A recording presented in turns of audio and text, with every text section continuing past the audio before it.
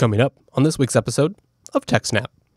Viacom's leaky S3 buckets almost expose their entire IT infrastructure. Distrustful US allies force yet more delays in the NSA's upcoming crypto standards. We've got yet more Equifax mishaps. And some government spyware that might just be masquerading as your favorite app. Plus, we've got your feedback, a rockin' roundup, and so much more on this week's episode of TechSNAP.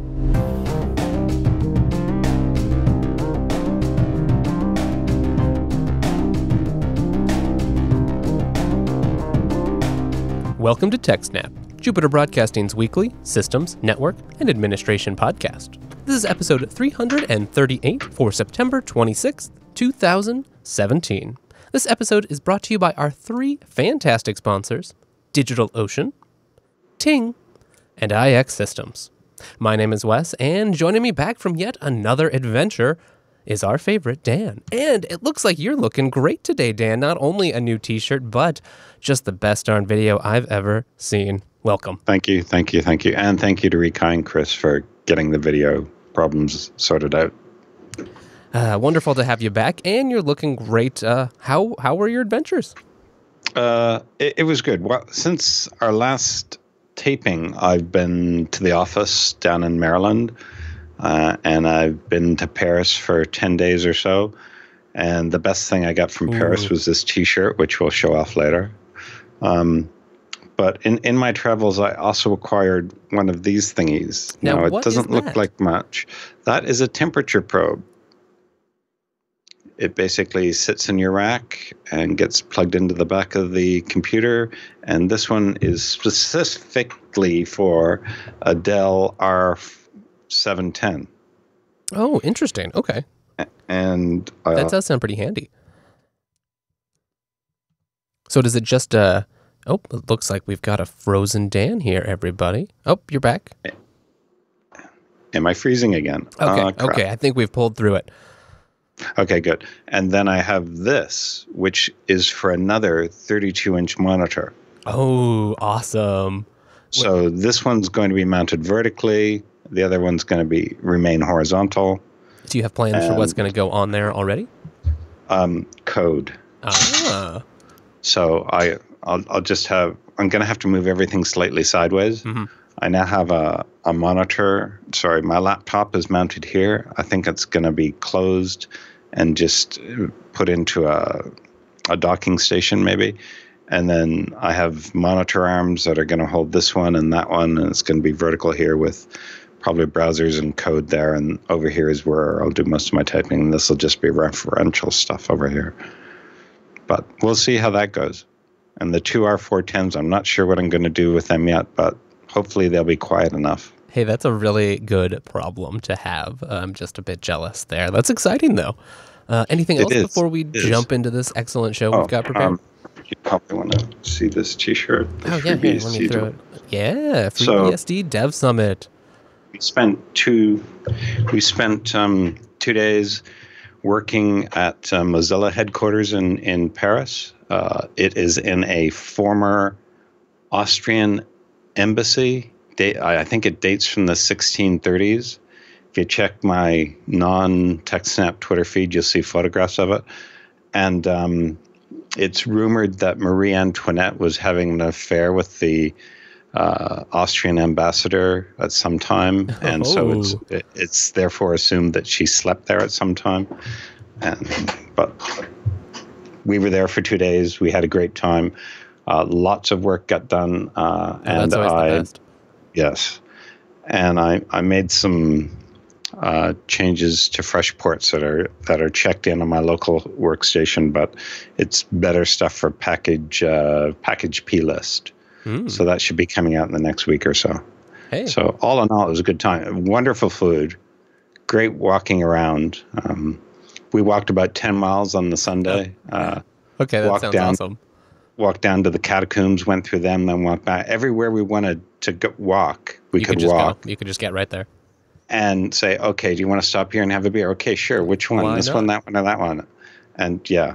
Oh, Dan, that sounds marvelous. Yeah, it was. Anyway, excellent. We're back to reality now. That's right. It's time for the show. So without further ado, I guess we jump to our first article today, which is that distrustful U.S. allies have forced the spy agency to back down in encryption fight. Yes, they have. This is an interesting development that I'm not sure we would have seen even just like a decade ago. Speaking of a decade ago, there will be a point in this article where we get to a previous instance of where the NSA was involved in setting crypto protocols, which were later found to or suspected to have backdoors in it. And so that's the basis of this objection, I believe. So this is from Reuters. And they say, an international group of cryptography experts has forced the U.S. National Security Agency to back down over 2 data encryption techniques it wanted set as a global industry standard, reflecting deep mistrust among close U.S. allies. So basically, the NSA is saying, hey, listen, there's two encryption techniques that we would like to be set as global industry standards because they want to get it put into U.S. devices. And the way to do that is go through ISO, which is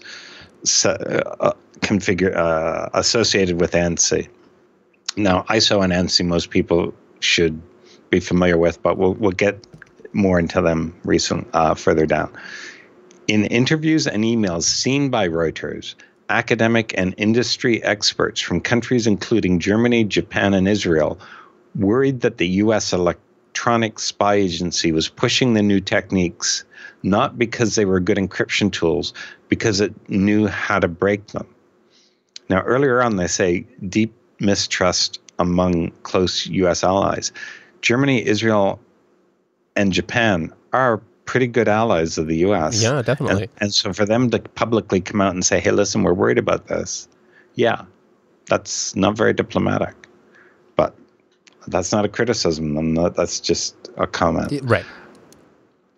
A number, pardon, I got some kind of bug. Don't die on me now, Dan. We've just got you back. I was surrounded by people coughing. A number of them voiced their distrust in emails to one another, seen by Reuters, and in written comments that are part of the process. The suspicions stem largely from internal NSA documents disclosed by Snowden that showed the agency had previously plotted to manipulate standards and promote technology it could penetrate. Budget documents, for example, sought funding to insert vulnerabilities into commercial encryption systems. That's a quote. So we saw some of this in the original Snowden stuff. We got to assume that it was correct, and it's not just crap that someone's trying to force feed us. But yeah, the NSA, which does not confirm the authenticity of any Snowden documents, told Reuters it developed the new encryption tools to protect sensitive U.S. government computer and communications equipment without requiring a lot of computer processing power. So that's interesting. So these new protocols, which we'll name later, don't require a lot of computer processing power. Now, I don't know if that's good or bad, because what we always hear about now is that if you need to perform a lot of operations in order to decrypt it, it makes it more difficult to do. So, right. But then how's the balance, the trade-off? Are they thinking of embedded devices or just being able to have ubiquitous, that they don't have to have onerous constraints there? Both. They're thinking about hardware and software. So they have 2 algorithms, SPEC and Simon encryption is how they refer to it. Okay. We'll get in there. So now the article jumps back to talk about the dual elliptic curve. Say that a few more times. You can do it. I'll try. So background, ISO, an independent organization with delegations from 162 member countries, sets standards on everything from medical packaging to road signs. Its working groups can spend years picking best practices and technologies for an ISO seal of approval. So they have voted twice to delay the multi-stage process of the approval. In oral and written statements, opponents cited the lack of peer-reviewed publication by the creators, the absence of industry adoption or a clear need for new ciphers, and the partial success of academics in showing their weaknesses. Okay, going back over that. Peer-reviewed is important, and anything scientific. It is very important. Industry hasn't adopted them, but then this may be a chicken and the egg thing. NSA wants these to become industry standards so then they can require people to use them. And the partial success of academics in showing their weaknesses. So partial success is sort of a telling sign if this stuff hasn't even been out very long. Yeah, right. And by long, that's a relative term. So skipping down again, ISO's approval of dual EC, elliptical curve, we're jumping back to this, was considered a success inside the agency, according to documents passed by Snowden to the founders of the online news site The Intercept, which made them available to Reuters. The documents said the agency guided the dual EC proposal through 4 ISO meetings until it emerged as a standard. So I can't remember what year this was, but in 2007, mathematics in private industry showed that dual EC could hide a backdoor, theoretically enabling the NSA to eavesdrop without detection. Hey, that's a fun thought, isn't it? That's very good. And after the Snowden leaks, Reuters reported that the U.S. government had paid security company RSA $10 million to include dual EC in a software development kit that was used by programmers around the world. It must have been worth a lot of money. Yeah, no kidding. It's a lot of grease in the wheels going on for $10 million. So maybe, thinking pessimistically about it, you can say that NSA really believed in these and they wanted to be promoted and used. Trying to make it easy for people to have adoption so that they could have good security. Yeah, right. Or, yeah. So, when the United States first introduced Simon & Spec as a proposed ISO standard in 2014, so that's 3 years ago, experts from several countries expressed reservations. Some delegates had no objection. Chris Mitchell, a member of the British delegation, said he supported Simon & Spec, noting that no one has succeeded in breaking the algorithms. He acknowledged, though, that after the dual EC revelations, trust, particularly for U.S. government participants in standardization, is now non-existent. Have to also point out, U.S. and British secret services are pretty cozy with each other. Yes, they are. So take that with a grain of salt. Now, a German delegation subsequently sent an email seeking support from dozens of cryptographers. He wrote that all 7 German experts were very concerned about Simon & Spec. Quote, "How can we expect companies and citizens to use security algorithms from ISO standards if those algorithms come from a source that has compromised security-related ISO standards just a few years ago?" Valid point. Yeah, right. So, no, the last 3 paragraphs were 4 paragraphs were interesting only from a geography point of view for me. So, such views helped Simon & Spec again, delegates said, but the Americans kept pushing, and on October 26th in Abu Dhabi, a majority of individual delegates approved the techniques, moving them up to a country-by-country vote. But there, the proposal fell one vote short of the 2/3 majority. And then finally, at a meeting in March 2017 in Hamilton, New Zealand, which I've been to, it's not that far north of Wellington. Beautiful town. Why they held it there, I don't know. Maybe it was at Lincoln University.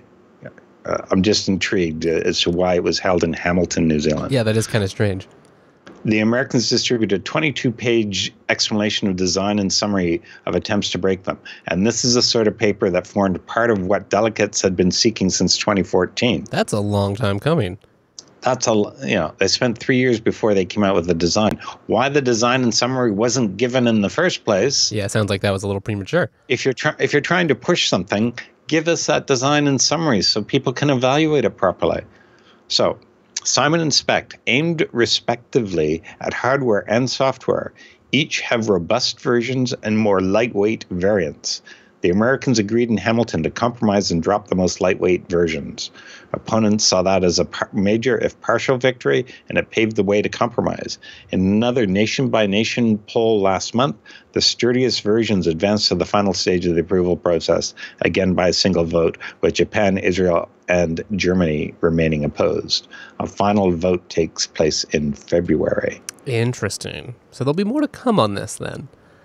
It doesn't mean people have to adopt it. Right. It just means that maybe it will, and it's becoming a standard. Yeah, and then we may see more use of it downstream. It does kind of sound like a fancy brand, Simon and Spec. So that's all I can think of. Can you think? Can you say Simon and Spec without thinking Simon and Schuster? No, it's pretty hard. No, definitely not. It's kind of interesting names for encryption schemes. I wonder where it came from. Yeah, maybe they're trying to go for the more human-friendly instead of hard to pronounce or overly mathematical. I'm sure these things expand to mean something else, but I don't know. They may just be code words that they came up with in the early stages, and that's why it's. That's a good point. Interesting. Well, we'll have to follow up here on the TechSNAP program. I'm sure we'll talk about it more in February. Yeah, we'll see, because as was mentioned in the article, they said, does industry need it? Does industry want it? And it'll be interesting to see how these might be better or worse than existing encryption techniques. Yeah, right. Do they really come through on that, low horsepower needed to get these to work and still be secure? Does industry still have trust for these, even though the sketchy origin? Interesting. We'll see. Yeah. All right. Well, if this whole discussion has made you a little uncomfortable, you probably aren't ready to trust just any old cloud or running your precious software somewhere that isn't secure. So we've got the solution for you. That's go get your own hardware. Don't just run your stuff on someone else's computer. No, get yourself some of the finest servers money can buy from our partner over at ixsystems.com. Head on over to ixsystems.com/TechSNAP. There you'll find the premier hardware retailer for open source software. You'll also find a great white paper it's a guide to buying that hardware.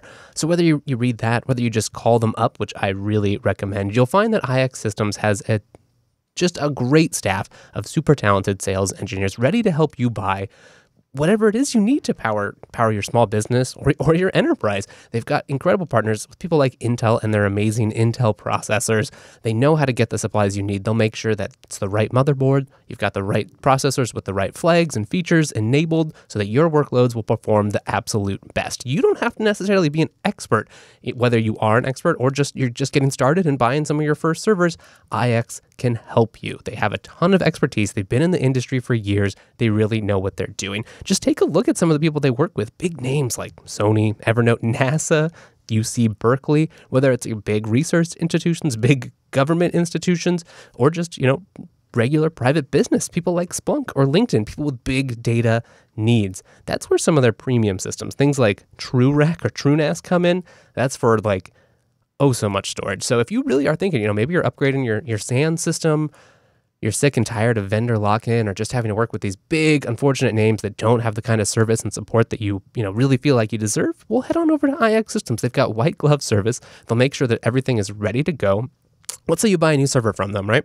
Well, they know that hard drives are most likely to fail within the first couple of days, so they're going to have burned those hard drives in, burn the system, and made sure that it's not going to fail the second you boot it up in the data center. They'll also happily customize the software, make it work just how you need it, install your OS, configure some applications, run software setup for you.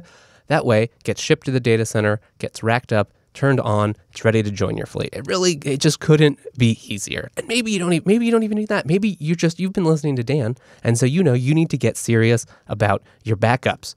If that's the case, pick up a FreeNAS Mini. It's a totally worthwhile investment. It'll last you for years, and you can finally just consider this problem solved. Maybe buy one for yourself, get some for some family member, set those two to replicate between them. Boom, done. You've got your offsite backup. You've got your local backup. I think you're going to be pretty good. If you don't believe me, and you're like, well, who is this IX? Who are these IX Systems people? Not only are they great, but they're huge members of the community. Go check out their blog. They've always got tons of great stuff on the blog, telling you about the things they've been doing. Stuff like VBSDCon 2017. BSD at work. Here's like a summary. They got their conference summary. They were there. They're always at a ton of these great conferences, whether it's BSD conventions, Linux conventions, or just, working with the OpenZFS community. And don't miss, if you're already on their blog, make sure you look at all the posts tagged #serverenvy, because, oh boy, you will be envious. They build some beautiful systems. This is a great way to check them out. That and, you can go follow them on Twitter, Facebook, all the social media. So thank you to iX Systems for sponsoring the TechSNAP program. Okay, so what do you have for us next today? Another day, another breach. No. It's. I'm sure there's a lot more breaches that go on that never make the news. Yes, I'm sure. But at least some do, and that helps us here at the TechSNAP program. And I hope I'm never involved with one because, in this case, it's again an example of someone who's gone and configured something, gotten it all ready, and sadly, they haven't really secured anything at all. In this case, it's Viacom, and it's on AWS S3. I've seen. I saw a question this came to us from the subreddit on Reddit, but I saw a question in there saying, "Who's responsible for securing these servers? Is it Amazon or is it the people that rent them?" And I feel it's securely in the hands of Viacom. Whoever rents it. It's like saying I've rented a car from Hertz, and if you're in a car accident, do you sue Hertz? No. It's the person who's driving the car. Right. I mean, there may be some minimal, like Amazon should have to provide you the tools to be able to secure it according to, to make that possible. But that is definitely in place. And so it's on the person managing it. From what I remember, I had a Microsoft Azure instance, and I'm sure that AWS is not much different, where I had to open up holes in order to get to the web server. It wasn't open by default. And I can't imagine that this is all open by default. You've got to poke the holes in there, and they haven't done it. Yeah. They haven't secured it. Yes, anyway. Definitely. So what did they give? What was found here? Well, Media Monster Viacom has been caught with its security trousers down. Researchers found a wide-open, public-facing, misconfigured AWS S3 bucket contained pretty much everything a hacker would need to take down the company's IT systems. So, the contents of the repository appears to be nothing less than either the primary or backup configuration of Viacom's IT infrastructure. The Amazon-hosted bucket could be accessed by anyone stumbling upon it, and it contained the passwords and manifests for Viacom's servers, as well as the access key and private key for the corporation's AWS account. Now, this bit is interesting.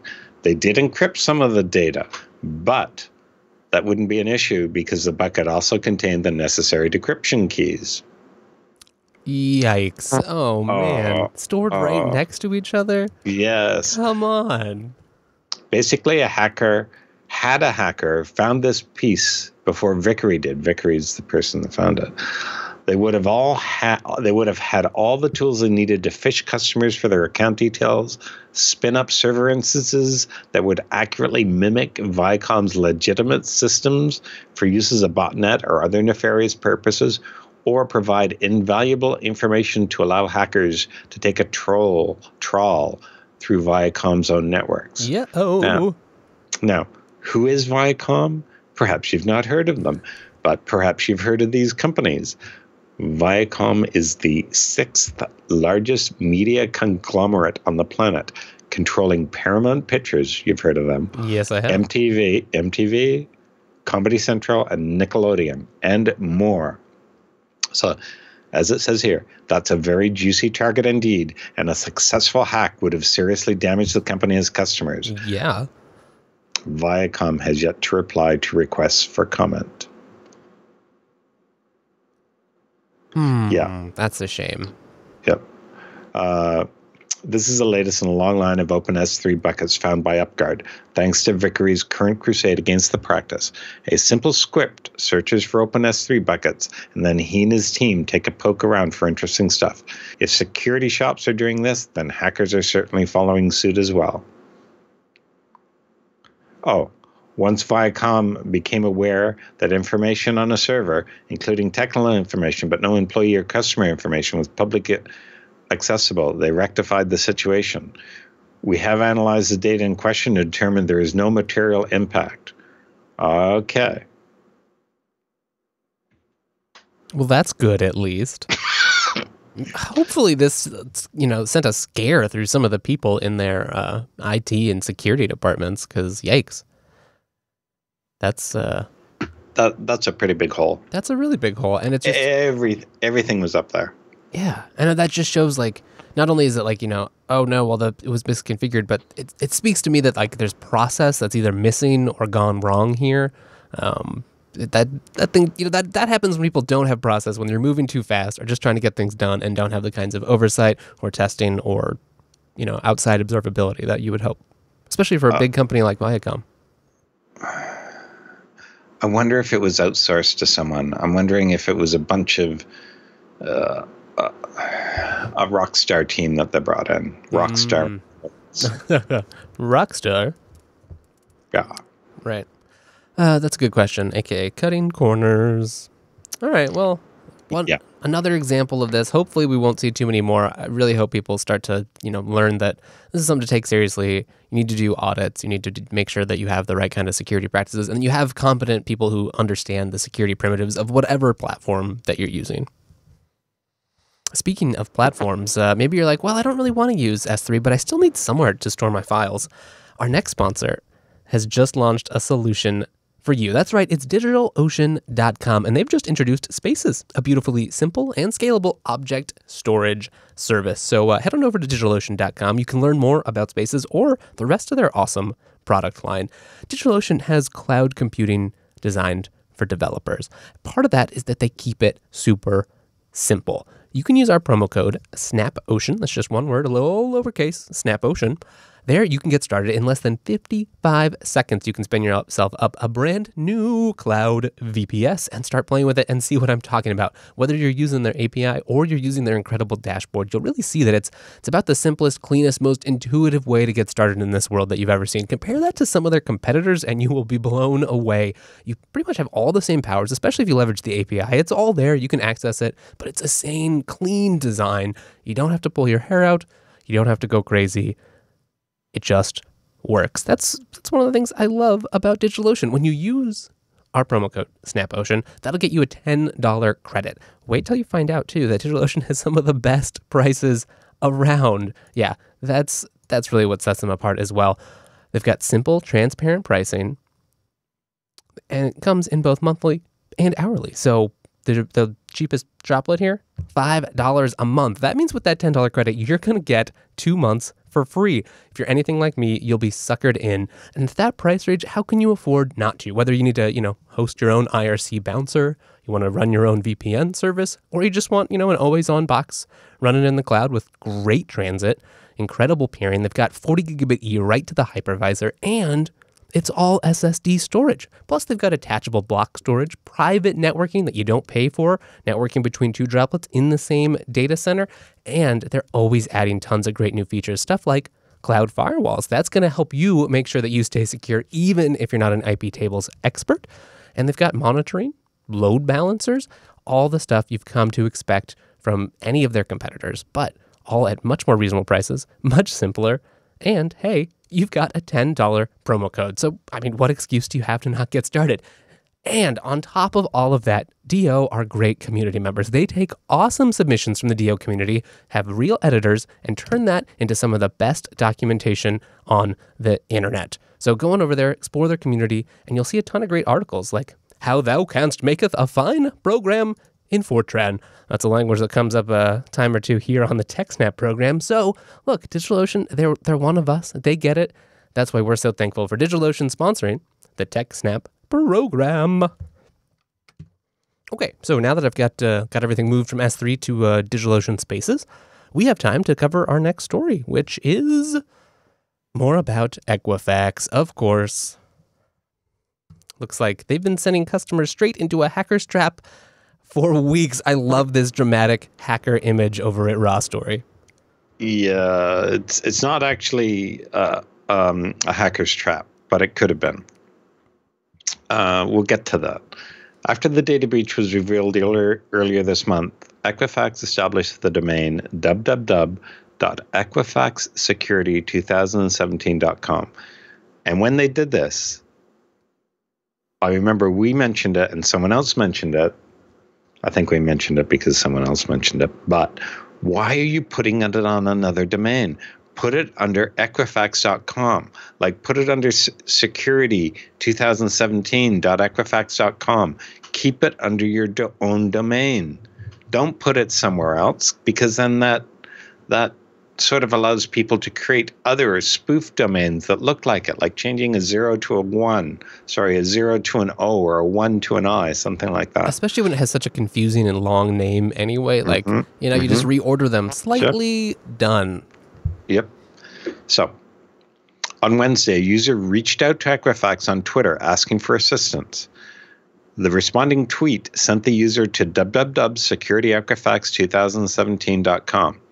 So, what they've done there is they've swapped around the two words Equifax and security. So, instead of going to the real site, which is Equifax Security, they went to Security Equifax. It is an imposter site designed to look like the Equifax splash page. Now, it turns out that this was set up by a white hat developer called Nick Sweeting, and it's a demonstration of popular phishing techniques. But anyone could have set that up. It could have been horrible. But anyway. The company deleted the erroneous tweet, but a quick scan of their Twitter feed showed that they have sent multiple customers to the phony site. Those tweets have been deleted as well. So Nick Sweeting said, I made the site because Equifax made a huge mistake by using a domain that doesn't have any trust attached to it, as opposed to hosting it on Equifax.com, Sweeting told The Verge. It makes it ridiculously easy for scammers to come in and build clones. They can buy out dozens of domains and typo squat to get people to type in their info. And by typo squat, that, when you mistype a domain name and you go to somewhere else that sort of looks like the one you thought you were at, but you're not really quite.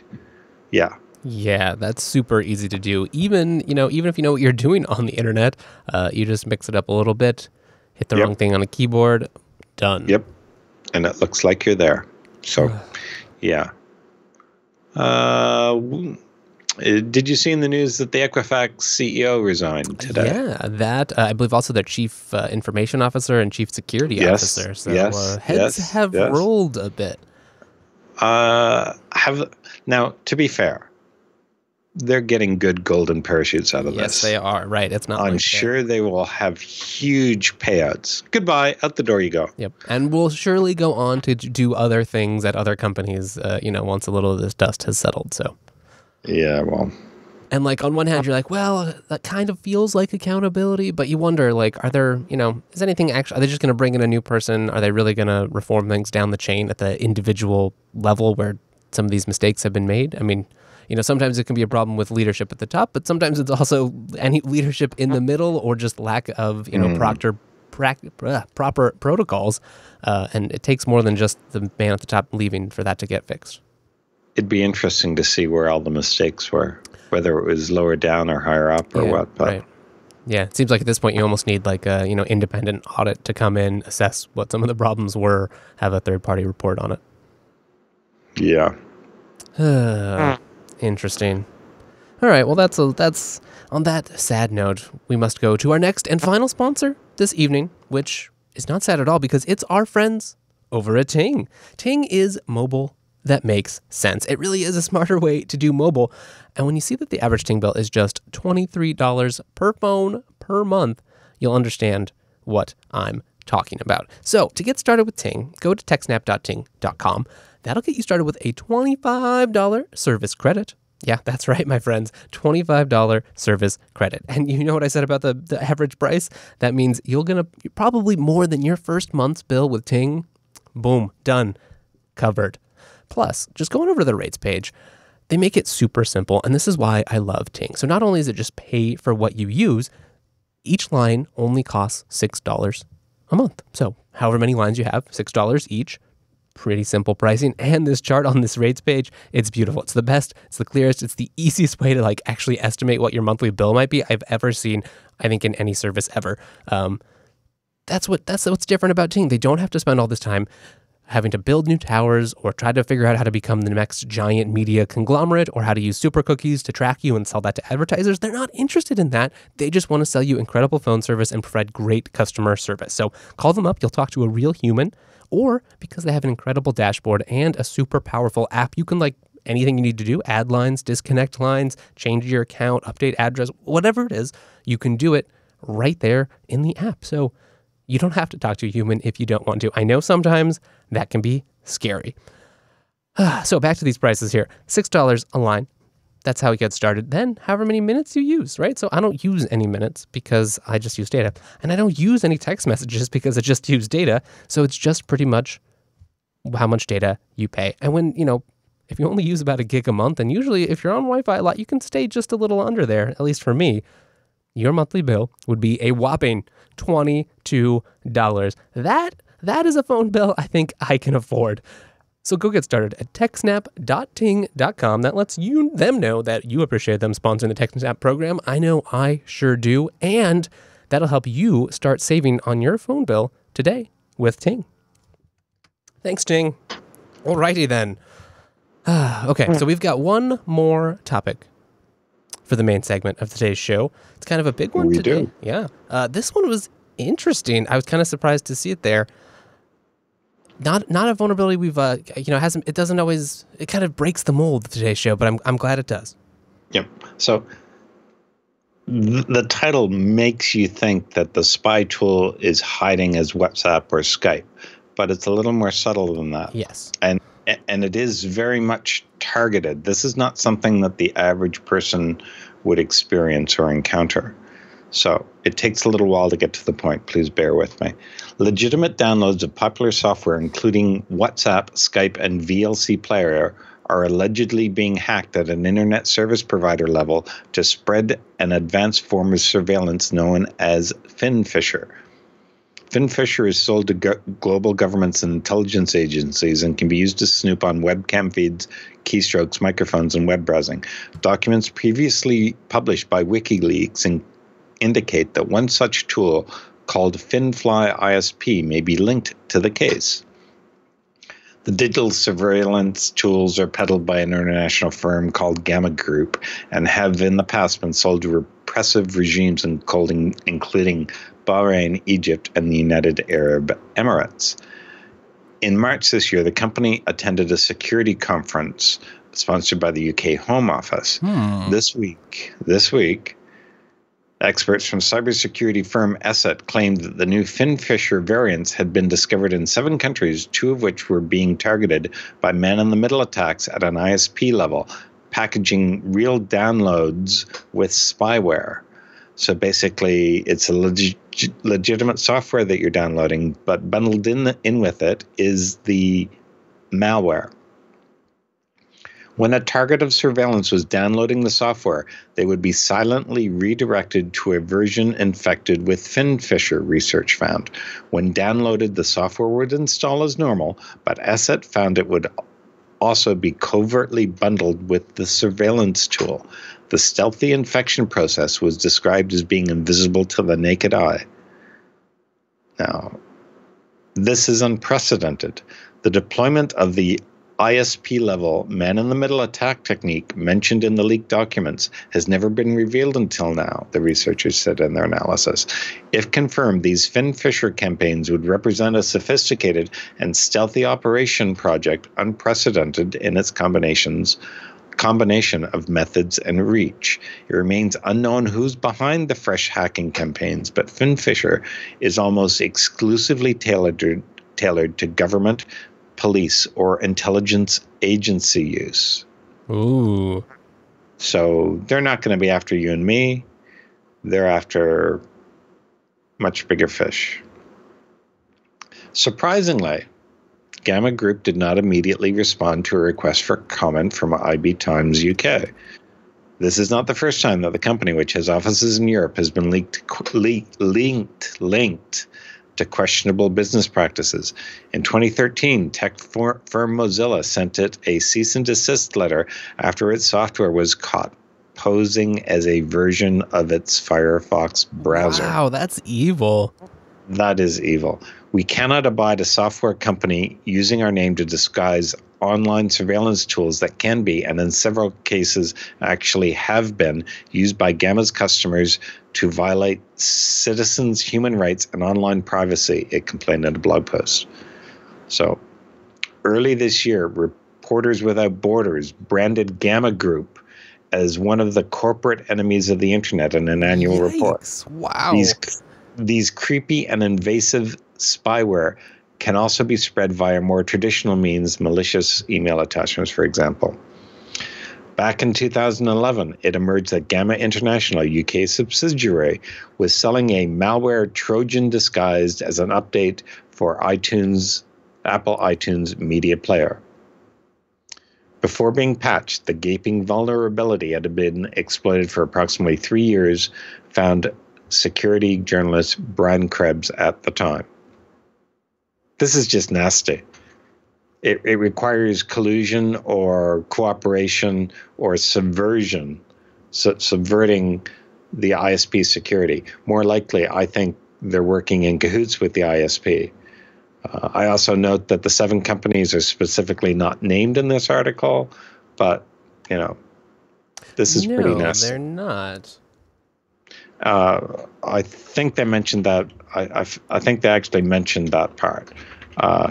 The 7 countries were not named for security reasons, as it said. WhatsApp and VLC Player did not respond to requests for comment by the time of publication. So, yeah, this should not be surprising, but it is shocking. Yeah, it is shocking that level of, it just, that could be so insidiously placed in so many locations, and that they've done such a good job and have such a long history, and yet it's not talked about very much. And so we've seen a little bit, like as we talked about there with the Mozilla comments, there's been some criticism in the past, but boy, talk about just doing whatever you can to make a buck, right? Yeah, I know.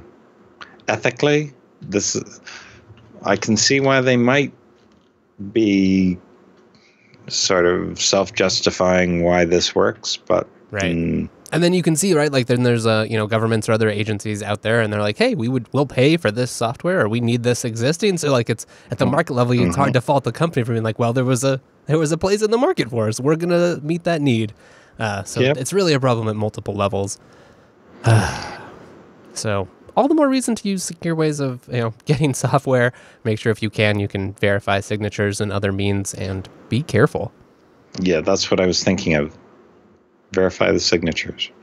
Yikes. All right, well, that does it for the main segment today. Stay tuned. We'll be right back with the feedback.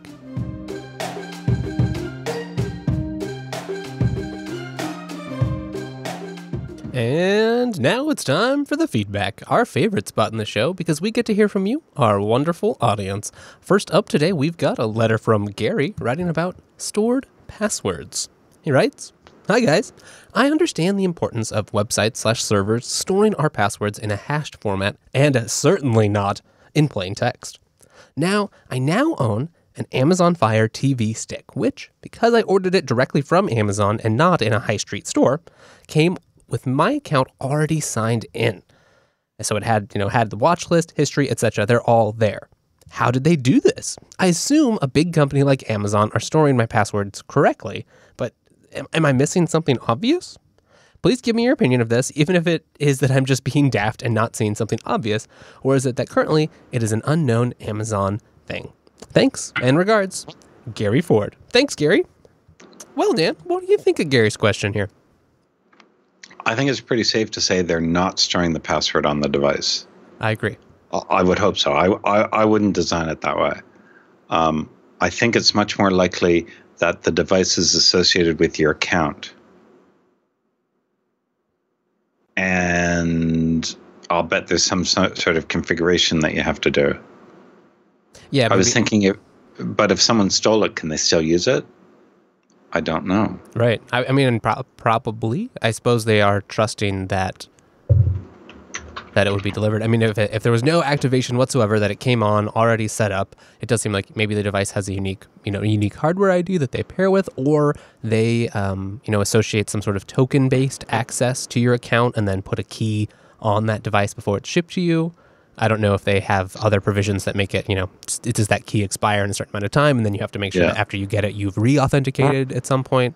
That I'm not sure. I don't actually own one of these devices myself. I don't know, and it is interesting. I did do some searching, but didn't find a clear explanation. Yeah. And there's some factory hardware resets that I didn't look at, but I'm positive that your password is not contained on this device. Yeah. It would be interesting to see too, like if there's any sort of aftermarket. Are you able to take this device and say sell it to someone else, and are they able to, like, this factory reset and then they have to sign in again? Yeah, that's a really good question, Gary. I imagine it's like any, let's use a browser session analogy. You type your username and password into the browser, but it's not stored in the browser. It's transmitted to the back end, then hashed and compared to the hash that they have there. And if it matches, they say, yes, here's a token. You can use it in your browser, and that will identify you to us. Right. So they've probably pre-installed a token in there, or the hardware device. The hardware device ID is associated with your account. So when it comes in, it says, oh yeah, this is for Gary, so we know how to use it. Yeah, right, exactly. Yeah, either of those two, those seem like very plausible things. Hey, if anyone else in the audience has one of these devices, we'd love to hear your experience. Maybe you know a little bit more than we do about this and can give Gary a solid answer. So please write in if you do. Okay, so we just have one other piece of feedback today, and that's over in the Twitterverse. Goran J at Jobo writes to at TechSNAP Dan. Hey Dan, what is a good and inexpensive tape backup drive for LTO tapes? What works for you best? Thanks. Just going to turn this right over to you because it's addressed right to you, and you are the tape master of the show. For a long time, my favorite tape drive was the DLT 7000, but it only stores a maximum of about 80 gig compressed.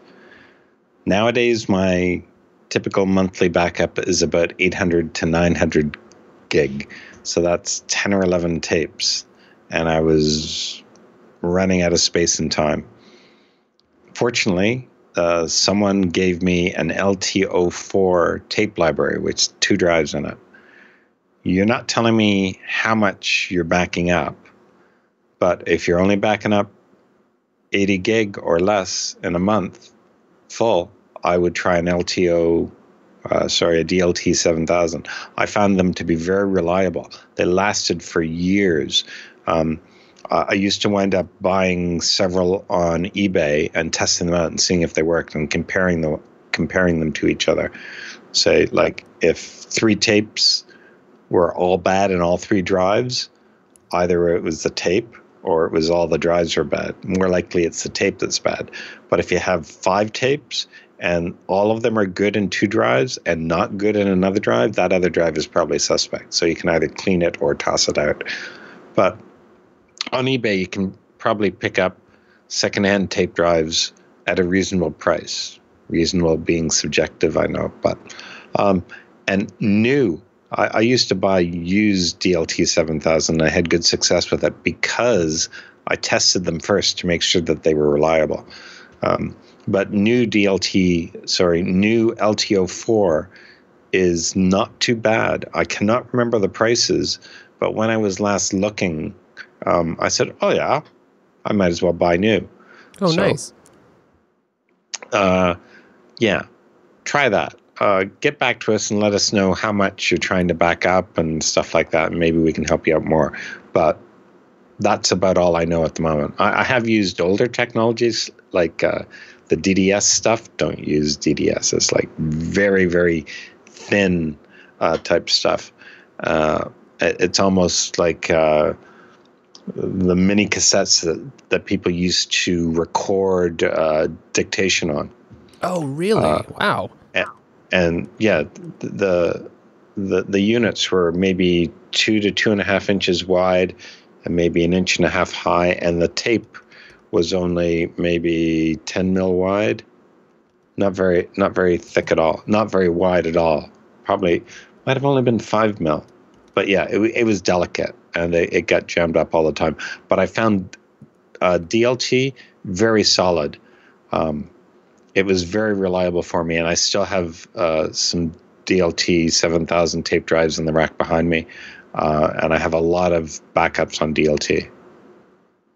But LTO4 is what I'm doing now, mainly because that's what I was given. If someone gave me a newer tape drive and they got it sitting around, and it's a tape library, You would gladly accept it. I can gladly accept it. So generous of you. Awesome. All right. Well, hopefully that provides a good answer. If anyone else has great tape things or just other feedback, head on over to jupiterbroadcasting.com/contact. There you can send us feedback, or techsnap.reddit.com, and we're both available on Twitter. That's it for today's feedback. Stay tuned. We'll be right back with the roundup.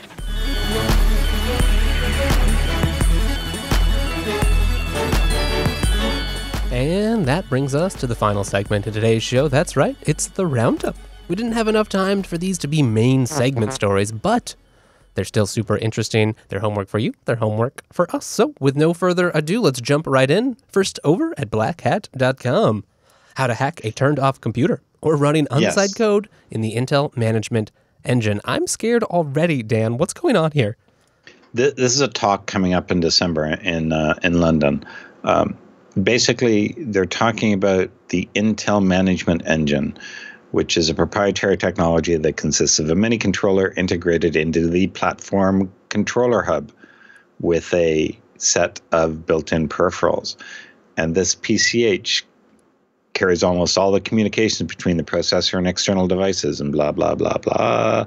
But they've found a way of making it work, accessing it when the main system is turned off. I imagine it's similar to IPMI, where the IPMI module is still active when the main unit is powered off, and they found a way to access it and do things. And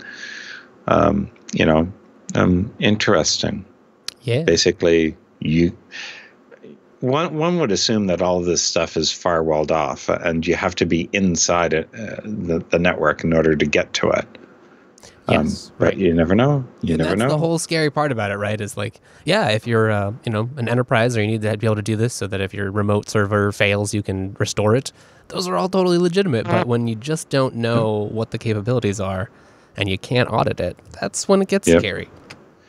And the thing is, they can run your own code on ME, on this management engine. You can install your own code and get it to. So basically, you're basically rooting the box. Yeah, but at jailbreaking it. Yeah, but at the lowest level possible. Good luck getting rid of it by reformatting there, folks. Yeah, no. Not going to happen. Ooh, okay. So on to the next story. Passwords for 540,000 car tracking devices leaked online. That's a lot of cars. Yes. And again, it was a wide open, public-facing, misconfigured Amazon Web Server, AWS S3 cloud storage bucket, containing a cache belonging to an SVR. It's belonging to SVR. This is SVR tracking. The SVR tracking service allows its customers to track their vehicles in real time by attaching a physical tracking device to vehicles in a discrete location so their customers can monitor and recover them in case their vehicles are stolen. However, what was grabbed in this thing was email addresses, passwords, as well as users' vehicle data like VIN, IMEI numbers of the GPS devices, and etc. And the leaked passwords are stored using SHA-1, a 20-year-old weak cryptographic hash function. I wonder how many rainbow tables exist for that. Yeah. The leaked database also exposed 339 logs that contain photographs and data about vehicle status and maintenance records, but I'm not sure, and details on the 427 dealerships that use SVR tracking services. SVR's car tracking device monitors a vehicle everywhere for the past 120 days, along with access to SVR users' login credentials, could both track a vehicle in real time and provide a detailed log of every location the vehicle is visited using any internet-connected device like a laptop, a desktop, a mobile phone, or a tablet. Eventually, the attacker could outright steal the vehicle or even rob a home when they know that the car's owner is out. Wow, yeah, that's a little sensationalist, but yeah. Patch your buckets. Holy crap. Yeah. I just want to know where these IT departments are coming from and how much concern they're giving to real information that is sensitive. Have these people gone through any kind of decent security training? Do they have anyone in security in their group? Yeah, right. Does their organization have that sort of thing, or are they just throwing stuff together, putting stuff on S3 because it's real easy, and then walking away? Yep. Yikes. All right, well, here's another spectacular failure. Looks like the Adobe security team accidentally posted a private PGP key on their blog. And I can sort of see how this would happen.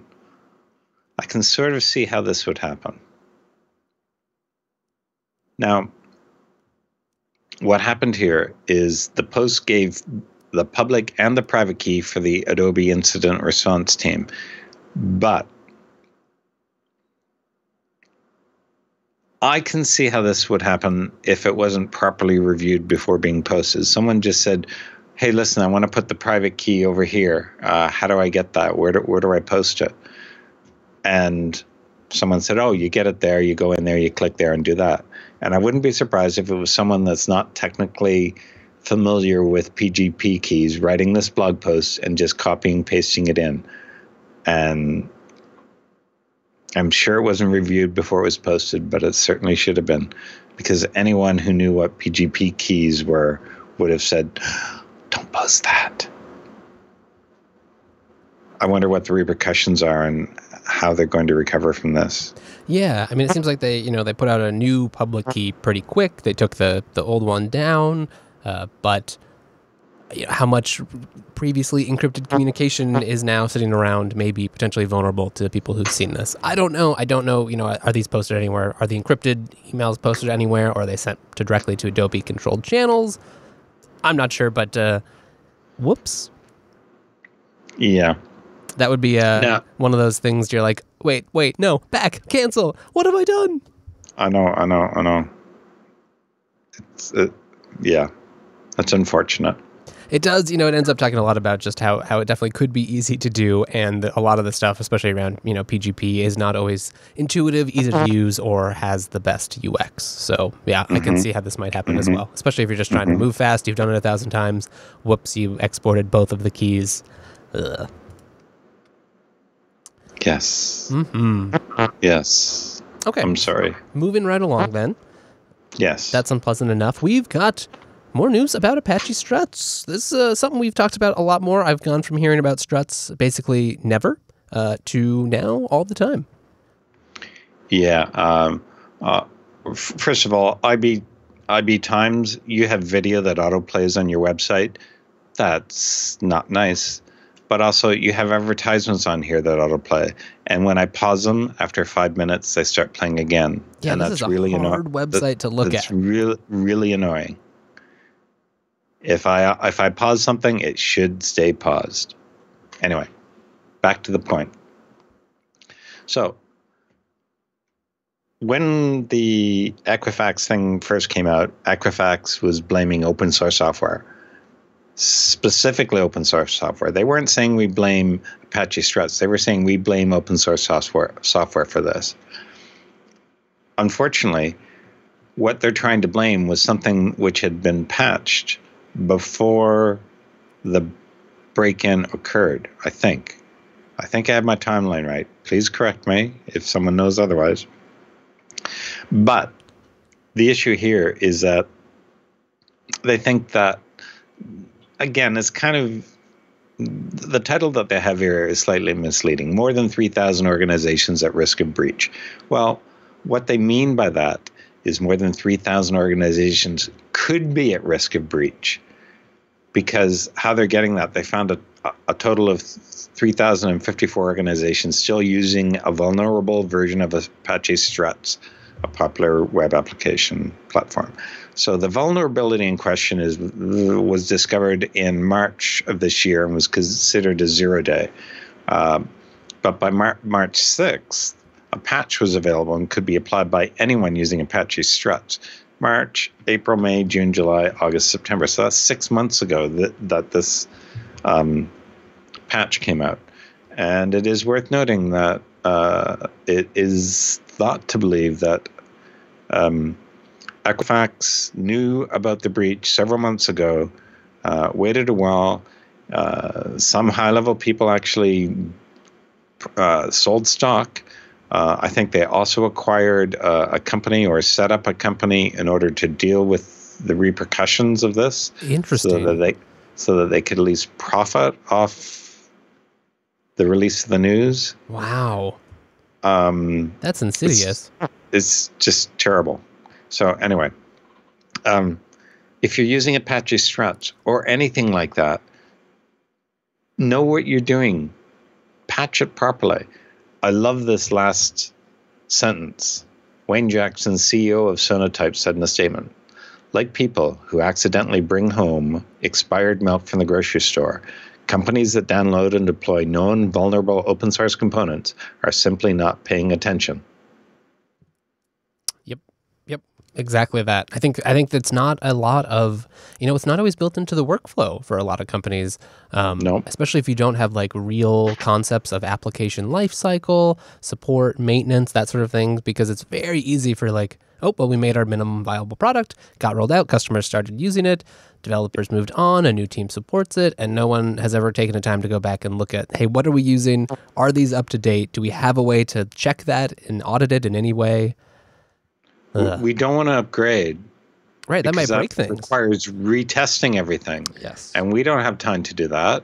And we have all these other things we have to do. And if you don't have a great, full test suite or anything like that, then that makes it hard to. You're like, well, then we're just never going to.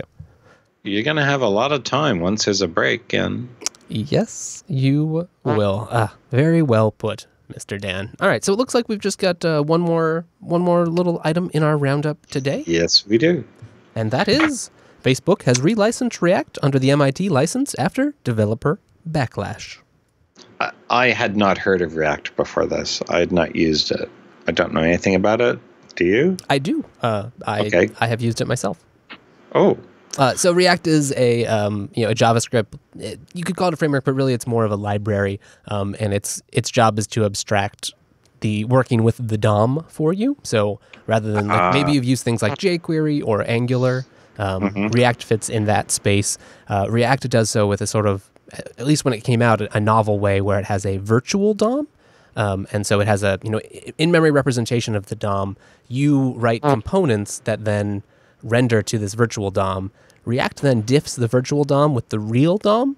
And then that way it can determine like, oh, look, this virtual DOM has one less item in this list than the real one. It then knows to go in batch updates, almost like GPU style programming. It will then go sync the virtual DOM to the real DOM. Not only can you have like a lot of efficiency gains there because you can batch updates and make sure that you aren't like trying to redraw the page a whole bunch all the time, but you also get to write in a programming style where instead of having to manually account for all of these, like, okay, well now I have to go, since I lost one item, I have to go find that item in this list and then remove it and delete it. You just specify your whole list every time and React handles the diffing for you. That's the high-level overview anyway. There's a whole ecosystem around it, and there's tons of other frameworks, and there's JSX, and there's, all sorts of other toolkits and frameworks to fit on top of it, but that's the core. So, the issue was the licensing. Yes. Developers didn't like the fact that it came that the React license, which was known as the BSD Plus patents license, was good. They didn't like that idea, and Facebook still believes in the BSD Plus patents license, but it has failed to decisively convince this community, they say. So the licensing terms also earned the ire of the Apache Foundation, which took the drastic step of banning the library and all BSD Plus patents license code from its projects. That's a big deal. Apache has a lot of software. Yes, they do. So the new license is the MIT license. Why they couldn't just go with a BSD license without the patents clause, I don't know. But there we go. Yeah, I've seen a lot of... there's been a lot of coverage of this story in general. The coverage I saw that I liked the most, or the comments, was that really the trouble that we got in for this whole thing was that Facebook brought up patents, and software patents, especially in the US, are just so broken that it's just such a quagmire, because they've ultimately ended up being at MIT, and there's some like issue of is there implicit grant of patents in the MIT license? It's not necessarily legally understood. So we're largely now back to the normal open source standard of put your head in the sand, ignore software patents. We're just going to care about licensing, because a lot of their competitors are already MIT, but they didn't bring up patents, and so we haven't heard a lot of complaints about patents.